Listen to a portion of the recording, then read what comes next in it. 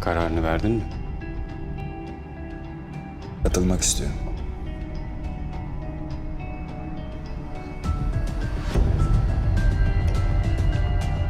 Güzel. Sakin olmuyorum. Planına da güvenmiyorum. Geriye bir avuç adam kaldık.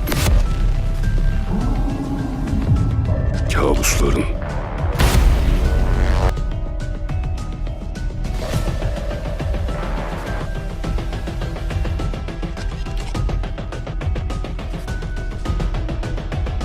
O canavarları beraber öldürebilirdik. Sen bizi bu hale getirdin.